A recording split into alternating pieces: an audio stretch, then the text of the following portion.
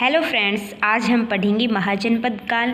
ये टॉपिक राजस्थान के हर कंपटीशन में पूछा जाने लगा है और ज़्यादातर इसकी राजधानियाँ ही पूछी जाती है, लेकिन हम इसका पूरा विस्तृत अध्ययन करेंगे इस वीडियो में।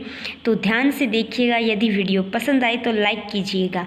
और ये जो नोट्स है ना, वो हाथ से लिखे हुए हैं आरबीएससी की बुक में से सेलेक्टेड मैटर जो आपके लिए छांट कर लाए हैं।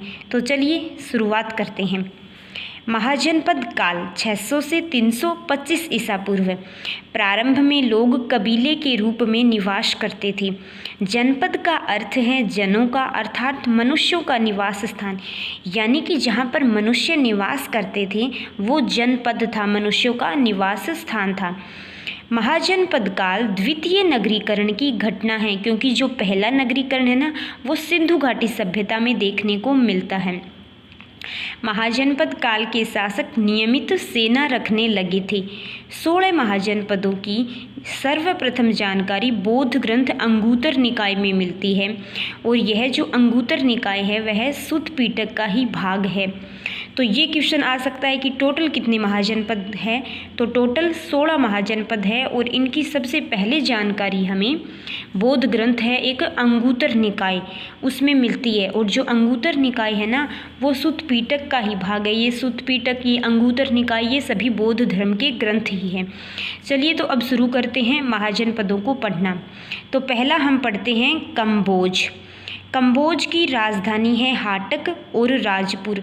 लगभग जो ये जनपद है इनकी दो दो राजधानियाँ थी, हमें याद रखनी है इन्हें। तो कंबोज की राजधानी है हाटक और राजपुर।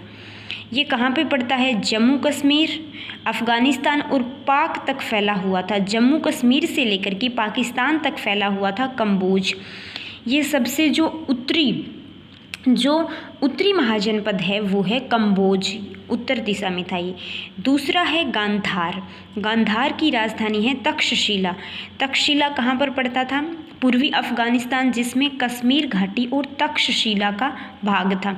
पूर्वी अफ़गानिस्तान वाला जो क्षेत्र है ना, वो आएगा तक्षशिला में।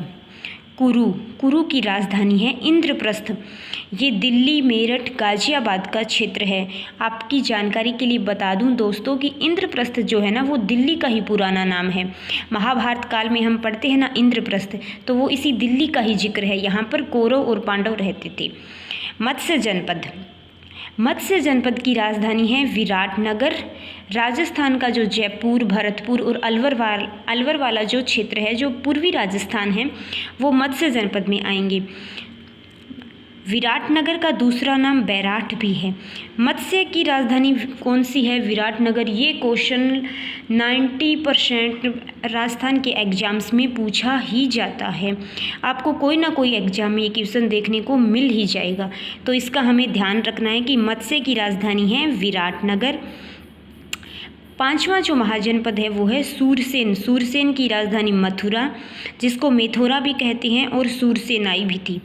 ये कहाँ पर पड़ता है मथुरा? ये यूपी के जो मथुरा वृंदावन वाला क्षेत्र जो है ना, कृष्ण जी वाला, उसमें सूरसेन जनपद आएगा।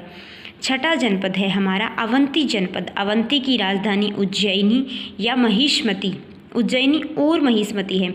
एमपी के जो मध्य प्रदेश के उज्जैन और जो नर्मदा घाटी का क्षेत्र है ना, वो अवंती महाजनपद में आएगा। अब पढ़ते हैं 7वां नंबर जो हमारा महाजनपद है वो है वत्स। इसकी राजधानी हो जाएगी कौसाम्बी। कौसाम्बी ये यूपी के इलाहाबाद का क्षेत्र है। यूपी में जो इलाहाबाद है ना, वहाँ पर ये कौसाम्बी स्थान आज भी है। चेदी की राजधानी शक्तिमती सोथिवती। ये यमुना के किनारे बुंदेलखंड और झांसी का क्षेत्र है। ऐसे पूछ लिया जाए कि झांसी वाला क्षेत्र कौन से महाजनपद में आएगा, तो हमें याद रखना है चेदी महाजनपद में, जिसकी राजधानी कौन सी थी? शक्तिमती या सोथिवती। अब 9 नंबर पढ़ते हैं अशमक। ये अशमक है दोस्तों। अशमक की राजधानी पोतन और पोटली। दक्षिण में गोदावरी के दोनों ओर फैला क्षेत्र। गोदावरी नदी के जो दक्षिण में जो क्षेत्र है वो अशमक महाजनपद में आएगा। अब पढ़ते हैं पांचाल। पांचाल की राजधानी अहिछत्रपुर और कांपिल्य थी। गंगा यमुना के मध्य रुहेलखंड, रायपुर, बरेली का जो क्षेत्र है वो पांचाल जनपद में आएगा। और ये अहिछत्रपुर जो है ना, ये हमारा जो नागौर है ना, नागौर डिस्ट्रिक्ट, उस नागौर का प्राचीन नाम आता है अहिछत्रपुर। नेक्स्ट हमारा जो महाजनपद है वो है मल्ल, और मल्ल की राजधानी है कुशीनारा, पावा। पटना के कुशीनारा और पावा का क्षेत्र तथा यूपी के जो गोरखपुर देवरिया का क्षेत्र है ना, वो मल्ल जनपद में आएगा। नेक्स्ट है हमारा कौशल जनपद। कौशल की राजधानी साकेत है, श्रावस्ती है। यूपी में अयोध्या फैजाबाद का जो क्षेत्र है ना, वो आएगा कौशल जनपद में। ये तो देखिए दोस्तों, नाम से ही स्पष्ट हो रहा है, कौशल से स्पष्ट हो रहा है। कौशल की राजधानी साकेत, श्रावस्ती, अयोध्या नाम आते ही स्पष्ट हो गया कि ये श्री राम से संबंधित जनपद है। कौशल्या पुत्र थे श्री राम, कौशल्या पुत्र थे श्री राम, तो कौशल उनका जनपद था। उनके जनपद का नाम था कौशल्या, के गांव का नाम था कौशल, तो ये श्री राम से संबंधित आ गया। नेक्स्ट है काशी। काशी वाराणसी, यूपी में वाराणसी और उसके आसपास का क्षेत्र, ये तो वेरी इजी है, हम कर ही लेंगे। वज्जी की राजधानी वैशाली, विदेह और मिथिला। देखिए वैसे वज्जी हो गया, इसकी राजधानी वैसे वैशाली और वैसे विदेह, और एक एक्स्ट्रा मिथिला और याद रखनी है। आपको ये तीनों भी मिल सकती है, तीनों तो एक साथ कभी नहीं आएगी, लेकिन हमें ये ध्यान रखना है, याद रखना है। हम एक अकेला वैशाली पढ़ लें, यदि विदेह और मिथिला आ गए तो हम वहाँ पर कंफ्यूज हो जाएंगे कि वज्जी की राजधानी आखिर थी कौन सी, तो हमें इनको अच्छे से याद करना है। तो वज्जी की राजधानी वैशाली, विदेह, मिथिला, ये गंगा नदी के उत्तर में नेपाल की पहाड़ियों तक, बिहार में वैशाली का क्षेत्र आता है। ये अंग की राजधानी चंपा, एक ये बहुत पूछा जाता है कि अंग की राजधानी कौन सी है, तो चंपा, ये बिहार के मुंगेर, भागलपुर का क्षेत्र आता है।